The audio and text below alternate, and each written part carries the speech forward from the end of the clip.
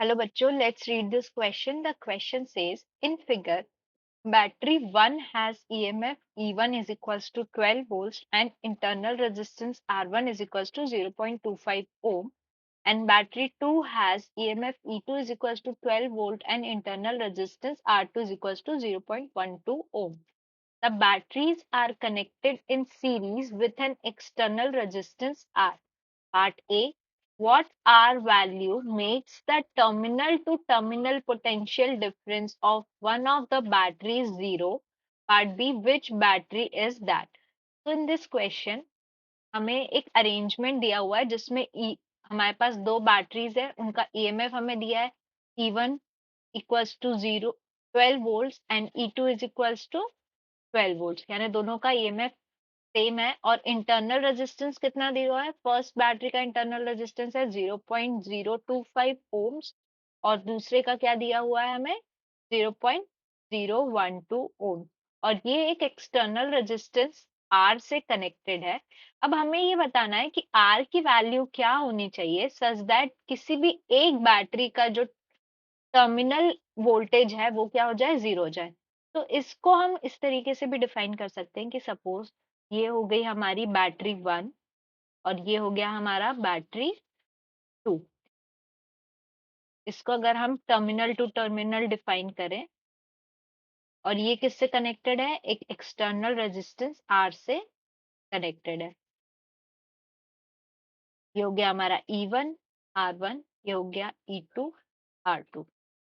तो हमें ये बताना है कि दोनों बैटरीज में से किसी एक बैटरी का अगर पोटेंशियल टर्मिनल टू टर्मिनल यानी यहां से लेके यहां तक का जो वोल्टेज है वो क्या हो जाए? जीरो हो जाए, तो वो कौन सी वैल्यू होगी? आर की। तो फॉर दिस क्वेश्चन हमारा जो की कॉन्सेप्ट है वो है, the key concept is the terminal to terminal potential of battery with higher internal resistance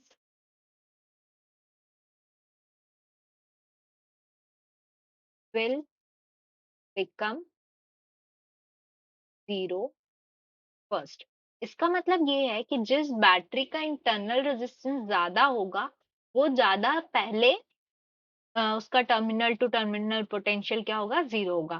तो हमें R1 कितना दिया हुआ है? 0.025 ओम्स और R2 कितना दिया हुआ है? 0.012 ओम्स।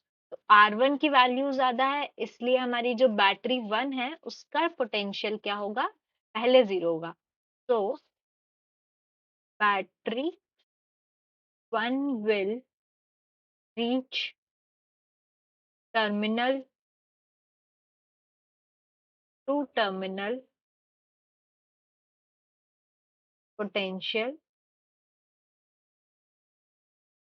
Zero first. तो अब हम पहले कैलकुलेट कर लेते हैं कि किस करंट वैल्यू पे, क्योंकि जैसे जैसे हम रेजिस्टेंस की वैल्यू को वेरी करेंगे हमारा करंट चेंज होगा और एक पर्टिकुलर करंट की वैल्यू पे हमारा टर्मिनल वोल्टेज क्या होगा? जीरो होगा। तो हमारा V1 क्या हो गया? जीरो हो गया। This is V1। तो V1 is equals to E1 minus I R1। इसकी वैल्यू कितनी है? जीरो है। इससे हमको I की वैल्यू निकल जाएगी। I is equals to कितना हो गया? I is equals to E1 divided by R1। E1 की वैल्यू 12 वोल्ट्स है, R1 हमको 0.025 ओम्स दिया हुआ है। तो इसको अगर हम सॉल्व करेंगे इसकी वैल्यू आएगी 480 एम्पियर्स, 480 एम्पियर। यानी इस करंट वैल्यू पे हमारा जो टर्मिनल टू टर्मिनल पोटेंशियल है वो क्या हो जाएगा? जीरो हो जाएगा। तो अब अगर हम इसमें लूप में इसको लगाते हैं तो this is the current I is flowing in the loop। तो अगर हम यूजिंग KVL यूजिंग KVL हमारे दोनों जो बैटरीज के EMF है वो एडिटिव पोलैरिटी में है तो ये हो जाएगा E1 plus E2 is equals to I multiplied by total resistance R1 small R2 plus R।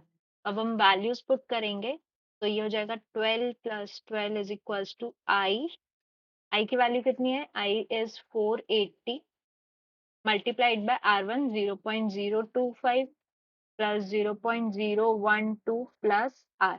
इसको अगर हम सॉल्व करते हैं तो हमें मिलेगा 0.037 plus R is equals to 24 divided by 480। ये हो जाएगा हमारा 0.05। इससे अगर हम R की वैल्यू कैलकुलेट करें तो R is equals to 0.05 minus 0.037। तो ये हो जाएगा हमारा 0.013 ohms। So this is the value for external resistance 0.013 ohm। ये हो गया हमारा आंसर फॉर पार्ट ए। अब पार्ट बी में पूछा था कि कौन सी बैटरी पहले terminal to terminal potential zero होगा जिसका, तो ये हो गया battery one will have zero terminal to terminal potential बस। ये हो गया हमारा answer for part B. I hope you understood the question well. Best of luck.